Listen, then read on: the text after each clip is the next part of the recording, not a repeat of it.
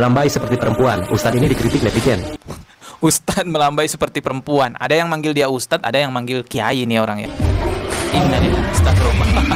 Ya Allah, sampai nari-nari di tiang, udah kayak biduan malam gitu yang suka nari-nari di tiang. Coba dipikir deh pakai akal baik-baik ya. Bagaimana mungkin sebuah pengajian yang justru malah mengundang sesuatu yang dilaknat oleh Allah Subhanahu wa taala. Laki-laki menyerupai perempuan, perempuan menyerupai laki-laki, itu terlaknat dalam agama Islam. Salah satu dosa yang jelas disebutkan dalam Al-Qur'an, bahkan dijelaskan juga azabnya, diceritakan kisahnya. Assalamualaikum warahmatullahi wabarakatuh. Ini ada satu keburukan yang perlu sekali untuk kita kritisi, dan semoga yang mengkritisi hal seperti ini bukan hanya YouTuber seperti saya, melainkan para ulama, para ustadz, para dai-dai juga turun tangan untuk menjelaskan bahwa hal seperti ini adalah keburukan.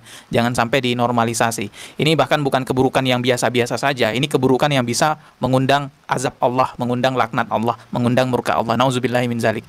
Kita simak dulu ya videonya. Melambai seperti perempuan, Ustadz ini dikritik netizen. Ustadz melambai seperti perempuan. Ada yang manggil dia ustadz, ada yang manggil kiai nih orang ya. Parah. Seperti perempuan, Ustadz ini dikritik netizen. Innalillahi, astagfirullah. Ya Allah, sampai nari-nari di tiang, udah kayak biduan malam gitu yang suka nari-nari di tiang.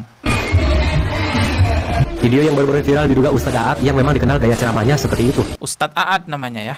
Ya sekali lagi ini ada yang manggil dia ustadz, ada yang manggil dia kiai. Kritik terhadap Ustadz Aat juga tidak sedikit. Kritik utama datang dari mereka yang merasa bahwa gaya yang dinilai melambai seperti perempuan ini tidak pantas bagi seorang tokoh agama yang seharusnya menampilkan sikap lebih maskulin atau sesuai dengan stereotip gender tertentu. Betul. Bagi mereka penampilan dan gaya bicara yang demikian bisa mengurangi wibawa seorang ustadz. Jelas. Hal seperti ini bisa mengurangi wibawa seorang ustadz. Kasihan para dai, para ulama, para ustadz yang benar-benar membangun kepercayaan kepada orang lain agar dakwahnya tersampaikan kepada umat. Malah ada orang seperti ini yang menjatuhkan citra para ustadz. Bagi mereka penampilan dan gaya bicara yang demikian bisa mengurangi wibawa seorang ustadz dan menyebabkan audiens tidak fokus pada pesan yang disampaikan. Tapi bagaimana nih menurut kalian nih?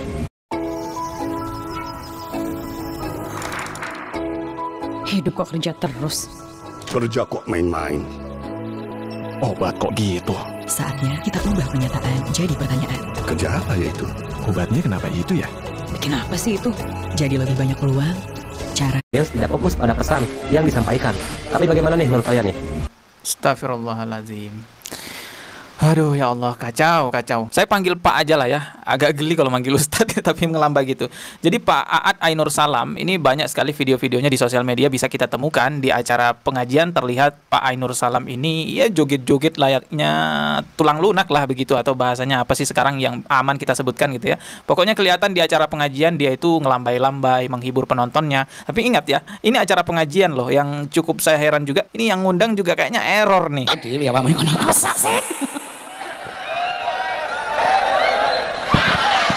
Sing sugi kumul padha sugi-sugine. Coba dipikir deh pakai akal baik-baik ya. Bagaimana mungkin sebuah pengajian yang justru malah mengundang sesuatu yang dilaknat oleh Allah Subhanahu wa taala. Laki-laki menyerupai perempuan, perempuan menyerupai laki-laki, itu terlaknat dalam agama Islam. Salah satu dosa yang jelas disebutkan dalam Al-Qur'an, bahkan dijelaskan juga azabnya, diceritakan kisahnya, ialah dosa yang ada pada kaum Nabi Lut, dosanya kaum Sodom. Jadi tolonglah disadari, jangan sampai menormalisasi dosa yang dilaknat oleh Allah Subhanahu wa taala, karena azab Allah itu nyata, teman-teman. Memang kelihatan lucu ya. Orang ngelambai itu kelihatan lucu, bisa jadi hiburan, tapi teman-teman harus tahu nih, di balik ngelambainya seseorang itu ada sesuatu yang mengerikan loh. Abi Sudirman, biadab ternyata Anda. Anda pernah menggunakan video atas nama pesantren. Anda menemui saya memohon-mohon agar kemudian Anda meminta saya menggalang dana untuk membangun pesantren penghafal Quran untuk anak yatim. Ternyata Anda binatang.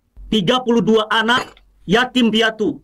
Anak-anak di bawah umur, bahkan anak usia 8 tahun. Engkau Tommy Sudirman. Bahkan lebih parah lagi, satu orang anak ada yang engkau kerjai sampai 4 bahkan 5 kali. Bahkan ada yang engkau kerjai ba'da sholat tahajud. Iblis engkau Sudirman. Masih ingat dengan kasus Abi Sudirman? Di balik ngelambainya si Sudirman ini, di balik apa yang dia perlihatkan, letoynya, tulang lunaknya si Sudirman ini, ternyata tersimpan perbuatan jahatnya dia. Apalagi maaf, ini berkedoknya agama gitu.